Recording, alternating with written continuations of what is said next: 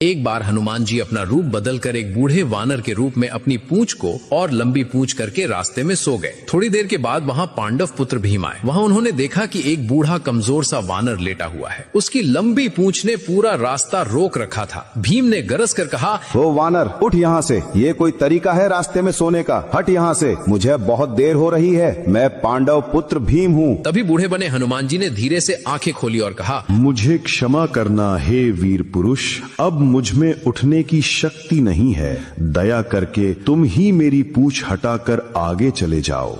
यह सुनकर भीम ने कहा, मैं तो आसानी से पहाड़ तक उठा सकता हूँ, तो फिर तुम्हारी ये पूंछ क्या चीज है? इस पूंछ को हटाने में मुझे क्षण भी नहीं लगेगा। और तभी भीम ने एक हाथ से पूंछ को पकड़ी, लेकिन हिली तक नहीं। फिर अपने दोनों हाथों से पूरी ताकत लगा दी, फिर भी पूंछ हिली तक नहीं। फिर शरीर का पूरा बल लगा दिया, लेकिन पूंछ टस से मस नहीं हुई। उनका चेहरा पसीने से भीग गया और भीम का घमंड पल भर में चूर चूर हो गया। अब भीम समझ गए कि ये कोई साधारण वानर नहीं। वे हाथ जोड़कर बोले, है महाबलशाली, मुझे क्षमा करें। आप कौन हैं? कृपया करके अपना असली रूप दिखाओ। तब हनुमान जी मुस्कुराए और अपने विशाल असली रूप में प्रकट हुए। उन्होंने कहा, मैं तुम्हारा बड़ा भाई हनुमान हूँ। मुझे पहचाना नहीं? हम दोनों ही पवन देव के पुत्र हैं। यह सुनते ही भीम भाव विभोर हो गए और हनुमान जी के चरणों में गिर पड़े। हनुमान जी ने भीम को गले लगाया और समझाया कि अपनी शक्ति और बल का उपयोग केवल धर्म के लिए करो, अहंकार के लिए नहीं। तभी वहाँ हनुमान जी ने गदा दी और कहा, जब भी तुम युद्ध में थक जाओ तब ये गदा का प्रयोग करना। भीम जब वापस लौटे